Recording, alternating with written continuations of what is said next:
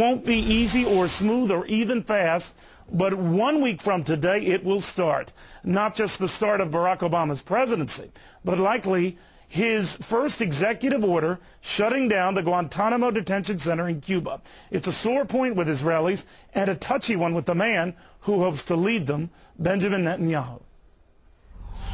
Are you worried about this Gitmo shutdown talk? The biggest worry in the past expressed by Israel is that detainees there back in or close to your neck of the woods would wreak havoc. What do you make of that? I don't know. I don't know the details of that particular operation and this decision. But I do think that the most important thing is that there will be a common front of civilization against barbarism. I think that the terrorists are very susceptible to despair, but it's a different kind of despair than normally is reported on. Terrorism declines when they despair of defeating us. Terrorism declines when the patrons of the suicide bombers and the rocket launchers, who themselves are not suicidal, they want to live and launch killers another day. When they despair that their tactics will get us somehow to abandon our principles or to abandon our common front, then terrorism abates. And I think this is the big challenge. But as I said, the biggest of them all is preventing the weapon of mass death, the ultimate weapon of terror, atomic weapons, from meeting up with a militant Islamic regime. So you're not concerned that the incoming administration, in pushing a potential shutdown of Gitmo, is showing more sympathy for the plight of detainees there than the folks you're fighting where you are?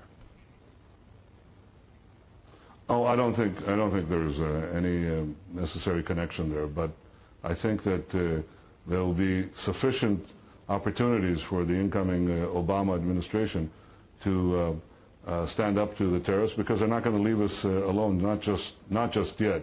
And I expect that the United States will continue a forceful policy against terrorism and a forceful policy for genuine peace, and that's the policy that, if, as I hope and believe, we'll be elected, we'll pursue in Israel, I hope and believe, with the United States.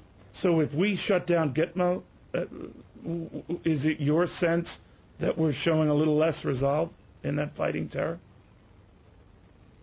I think it's another issue. I think it relates to other concepts and other questions. I don't think it will affect what is happening here in the Middle East.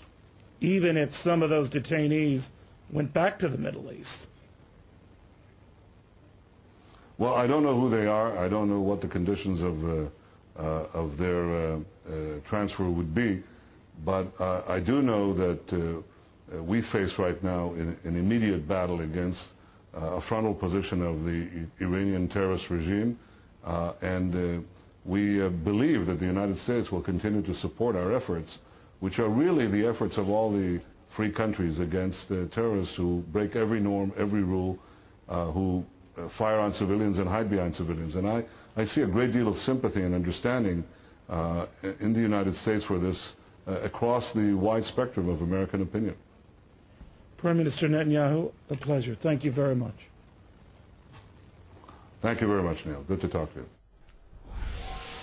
All right, I apologize that we have a bit of a delay when you're doing across the globe interview, satellite interview with Benjamin Netanyahu, so that prompted some of those delays you heard there. Anyway, you can catch the rest of my exclusive chat with the former, some say the future Prime Minister of Israel, Benjamin Netanyahu, at 6 p.m. on Fox Business Network.